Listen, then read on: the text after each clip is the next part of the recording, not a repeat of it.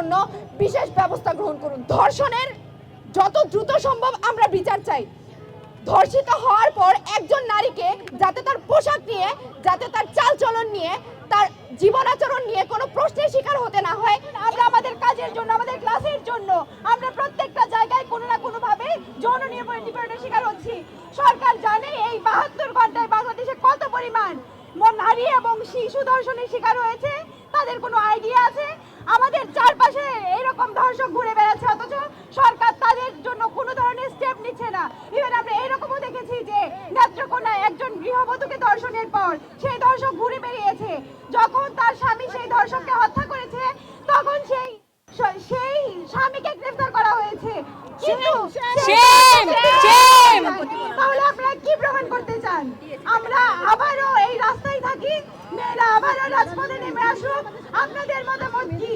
অন্তর্বর্তীকালীন সরকারের কাছে আমার আকুল আবেদন থাকবে এবং সকল মেয়ে এবং নারীদের পক্ষ থেকে আকুল আবেদন থাকবে, আপনারা একটা স্পেশাল অ্যাক্ট তৈরি করুন ধর্ষণের বিরুদ্ধে, ধর্ষকের বিরুদ্ধে, যেন আমরা মেয়েরা, আমরা নারীরা, আমরা আমাদের কাজে, আমরা আমাদের সম্পূর্ণ নিরাপত্তা নিয়ে আমরা বের হয়ে যাবে। আমাকে বাড়ি থেকে কেন বলা হয় যে তুমি সন্ধ্যার পরে বের হবে না?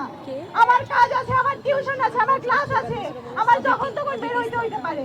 আমরা কেন ইনসিকিউরিটি ফিল করব?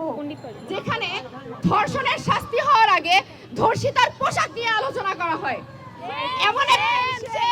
এমন একটা দেশে আমরা বসবাস করছি যেখানে বলা হয়ে থাকে ধর্ষকের হাতে একবার ধর্ষণের শিকার হওয়ার পরেও দ্বিতীয়বার আবার তাকে ধর্ষণের শিকার হতে হয় আইন শৃঙ্খলা রক্ষাকারী বাহিনীদের হাতে।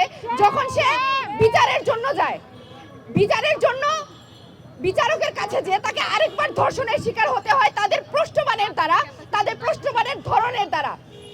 এই অবস্থায় দাঁড়িয়ে আজকে আমাদের মা বোনদের এই যে নিরাপত্তাহীনতা, আমাদের মা বোনেরা রাস্তায় বের হতে পারছে না, এত ধর্ষণ চারিদিকে, চক্রবৃদ্ধি হারে ধর্ষণ বাড়ছে। একজন নারী হিসেবে রাস্তায় বের হতে গেলে আমাদের দুবার ভাবতে হয়। এই অবস্থা থেকে পরিত্রাণ চাই। ধর্ষণের যত দ্রুত সম্ভব আমরা বিচার চাই। ধর্ষিত হওয়ার পর একজন নারীকে যাতে তার পোশাক নিয়ে, যাতে তার চালচলন নিয়ে, তার জীবন আচরণ নিয়ে কোনো প্রশ্নের শিকার হতে না হয় এবং বিচার পেতে যে তাকে যাতে কোনো বেগ পোহাতে না হয়, সেই রকম একটি বাংলাদেশে আমরা আশা করি।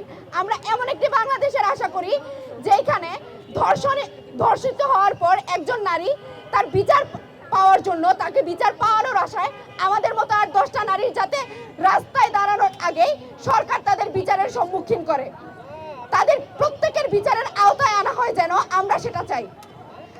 আমরা জুলাই গণ অভ্যুত্থানের পরে আরেকবার রাস্তায় নামতে চাই নাই আমাদের মা বোনদের ধর্ষণের বিচার চেয়ে।